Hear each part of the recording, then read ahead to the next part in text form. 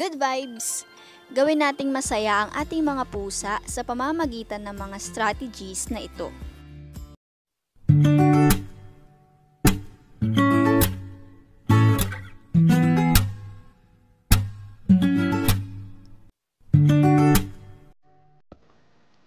Ang pagpapanatili sa ating mga pusa na maging malusog at healthy ay nagsisimula sa ilang simple steps. Una ay ang pag-brush sa kanila araw-araw. Ang brushing kasi or combing sa iyong pusa ay makakatulong sa kanila na mabawasan ang mga hairballs na nai-ingest nila sa tuwing nag-grooming sila at namumuo sa kanilang digestive tract.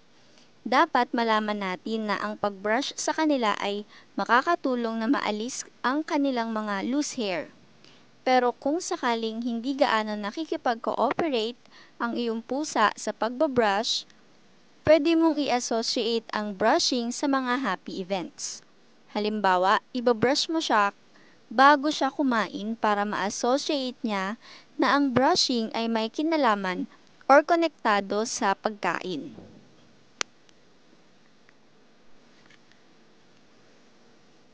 Ang sunod ay huwag natin sila bigyan ng masyadong maraming dry food. Hindi gaya sa mga aso, ang mga pusa ay hindi pwedeng maging vegetarians. Nagre-rely sila sa karne o meat dahil ito ay ang foundation ng kanilang diet at ang kanilang main meal ay dapat palaging karne. Ayon sa vet na si Jeff Werber, ang pagpapakain ng puro dry food sa isang pusa ay maaaring maging dahilan ng pagkakaroon nila ng type 2 diabetes at obesity.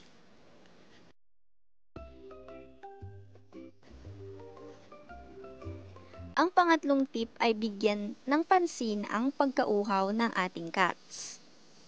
Lahat tayo ay kailangan ang tubig. Ganon din ang mga pusa. Siguraduhin natin na laging may access ang ating mga cats sa kanilang tubig sa lahat ng oras. At kung mapapansin nyo, mas mabilis mauhaw ang mga pusang kumakain ng dry food. Ang mga older cats at nursing cats naman ay mas prone sa dehydration kaya dapat alerto din tayo sa kanila dahil kailangan nga nila ng tubig. Bigyan sila ng sapat na bilang ng litter boxes.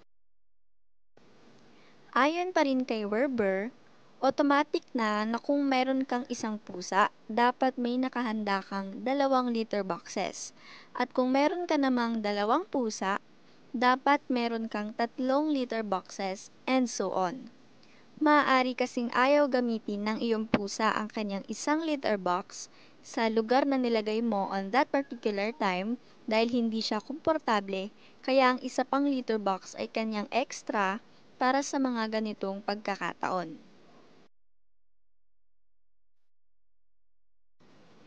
Tip number 5, huwag natin agad isipin na alam natin kung bakit sila dumudumi o umiihi sa labas ng kanilang litter box. Alam ko marami sa atin ang nafu-frustrate sa tuwing ginagawa nila ito. Pero ayon kay Werber, maraming maaaring dahilan kung bakit sila ganito.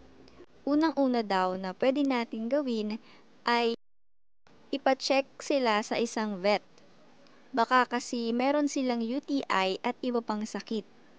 Sunod, siguraduhin din natin na gusto ng ating mga pusa ang kanilang mga litter boxes. Minsan kasi, prefer ng ilang pusa ang mga covered litter boxes, pero ang ilan naman ay prefer ang mga litter tray type lang. Pagkatapos nito, dapat din ay panatilihin nating malinis ang kanilang mga litter boxes. I-scoop natin araw-araw ang kanilang dumi. At subukan nating baguhin ang location ng kanilang litter box sa lugar na kung saan mas tahimik at free from distractions and at the same time, madali din nilang maa-access.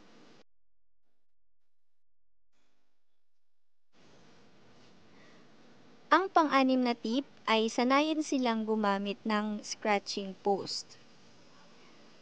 Itong tip na ito ay sigurado akong alam nyo na kung bakit isinama ko dito. Lahat naman siguro tayo ay ayaw na makita ang ating mga gamit sa bahay na sira-sira at puro kalmot ng pusa, hindi ba? Ang scratching post ay isang magandang paraan para ma-minimize ang mga unnecessary scratchings. Ang scratching kasi ng mga pusa ay hindi natin maaalis sa kanila dahil isa ito sa kanilang mga paraan para ma-mark nila ang kanilang territory at ma-express nila ang kanilang anxiety.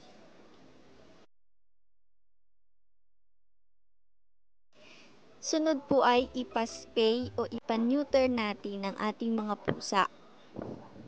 Isa sa mga maituturing kong best tip ay ang i-consider sila na ipa-spay o ipa-neuter.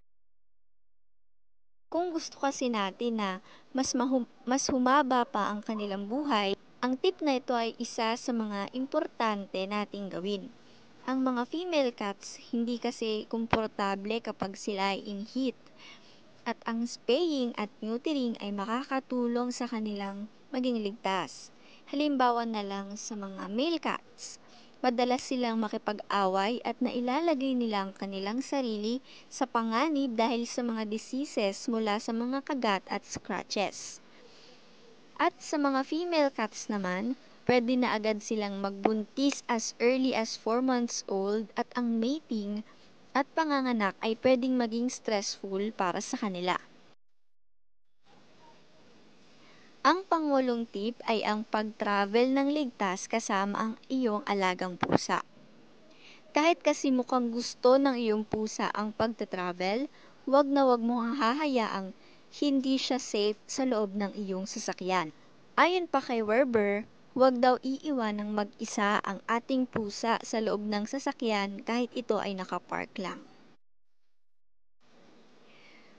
Pangsyam ay pumili tayo ng cat-friendly na veterinaryo. Kadalasan kasi sa mga vet ay dominated ng canine clients at maaaring maging stressful para sa kanyang maghintay sa waiting room kasama ang mga aso. At ang panghuli nating tip para maging healthy ang ating cats ay hayaan silang ipakita at ipadama ang kanilang pagmamahal sa iyo. Kapag gusto ka ng pusa mo, asahan mo na ipapakita niya yon sa iyo. Minsan sa isang regalo. Kahit na medyo kadiri ito, ipapakita niya sa iyo ang kanyang pagmamahal sa pamamagitan ng head bumping, purring o kneading.